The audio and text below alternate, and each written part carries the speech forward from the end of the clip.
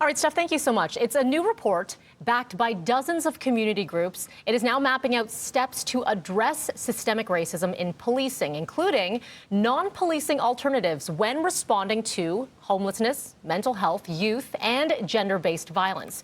Ginelle Skerritt of the Neighbourhood Group joins me now with more on 2020 and making positive changes here. Good morning to you, Ginelle. Appreciate your time today. Thank you. Good morning.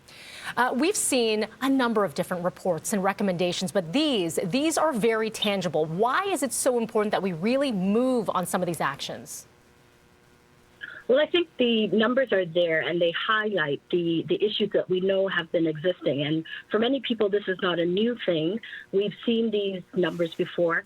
But it's time to act, and I think the events of the last year have really moved us into this position where we're understanding the need to redistribute resources and to consider alternatives to some of the things that have not been working for people in this community.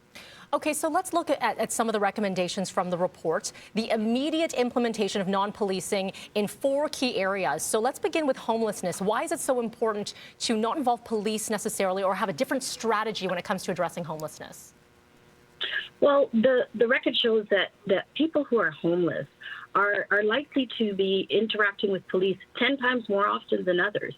And many times those are things that are not necessary to have police intervention. They would be better served with a supportive social workers, a crisis team, people who have the training and the capacity to deal with mental health issues.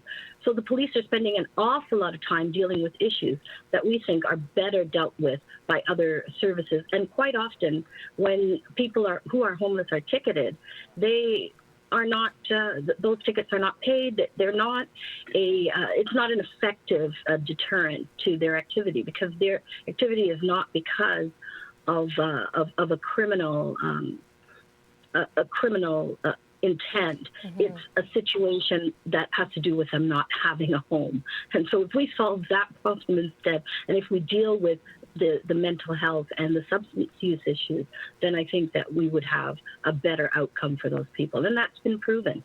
Ginelle, you mentioned mental health, and that is obviously something that cannot be ignored in all aspects when it comes to police response. The other side of the argument is that they are working. They're trying to use these mobile intervention units. We've interviewed the mayor who has said, listen, they're trying to make some changes. Is it that the changes are not happening fast enough, or that just more needs to be done? I think what it is that we have the wrong type of application. So police, I think, are for a particular type, and their training relates to dealing with things in a particular way.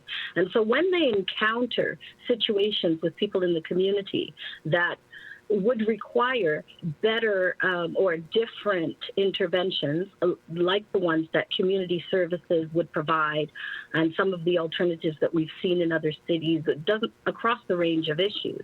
The police deal with it according to the criminal code. And so that's the issue. Their orientation to these issues is not the right one. And we're ending up with people being hurt by this situation. Ginelle, we're running short on time, but I want to ask you this. With these recommendations, and these all sound like they would work, they'd be great to be implemented, but where do we go from here? From this report, how do we get these implemented? Well, I think one key thing to understand is that across all issues, whether it comes to homelessness, gender violence, the communities that are affected the most are the Black and Indigenous communities. And I just don't want to leave without sharing with you some of those facts that really this is an issue that has resulted in violence and death for many of the people in these communities, and it's unnecessary because there are other solutions. So what we're looking for is a reallocation of resources so that police can do police work and people in the community can remain safe, and we can explore proven ways of being more effective in solving issues that are faced by these groups. Ginelle Skerritt, appreciate your time, and we're going to put that full report on our website, citynews.ca. Thank you. Thank you so much.